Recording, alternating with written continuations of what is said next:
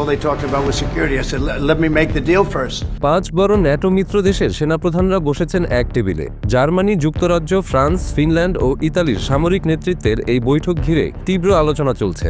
ইউক্রেনের নিরাপত্তা নিশ্চিতে যুক্তরাষ্ট্র সরাসরি আকাশ সেনা সহায়তা দিতে পারে। মার্কিন প্রেসিডেন্ট ডোনাল্ড ট্রাম্পের এমন ইঙ্গিতের এই বৈঠককে বিশ্ব দরবারে গুরুত্বপূর্ণ করে তুলে ধরা হয়েছে।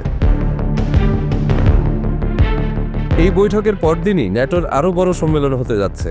32টি সদস্য দেশের সেনাপ্রধানরা অনলাইনে যোগ দেবেন ব্রাসেলস থেকে আয়োজিত ওই বৈঠকে। আলোচনার বিষয়ে ইউক্রেনের জন্য নতুন ধরনের নিরাপত্তা নিশ্চয়তা দেওয়া সম্ভব কিনা এবং সেই প্রতিশ্রুতির আওতায় ন্যাটো কতদূর যাবে। ট্রাম্পের সর্বশেষ মন্তব্যই হঠাৎ করে এই তৎপরতা বাড়ায়। ফক্স অ্যান্ড ফ্রেন্ডস অনুষ্ঠানে তিনি বলেছেন, ইউক্রেনকে রক্ষা করতে হলে যুক্তরাষ্ট্রের আকাশ সেনা পাঠানোর বিষয়টি খতিয়ে দেখা উচিত। জেলেন্সকি ইউরোপীয় নেতাদের নিয়ে হোয়াইট হাউসে গিয়েছিলেন শান্তি আলোচনায় গতি আনতে। তার ঠিক একদিন পরেই এই ঘোষণা এলো। মার্কিন প্রতিরক্ষা কর্মকর্তারা নিশ্চিত করেছেন, ওয়াশিংটনের বৈঠকে শুধু ইউরোপের 5 প্রধান মিত্রই ছিলেন সরাসরি উপস্থিত। তবে ভার্চুয়ালি যুক্ত হয়েছেন ইউএস ইউরোপিয়ান কমান্ডের প্রধান এবং ন্যাটোর সর্বোচ্চ সামরিক কমান্ডার অ্যালেক্সাস গ্রিনকুইচ।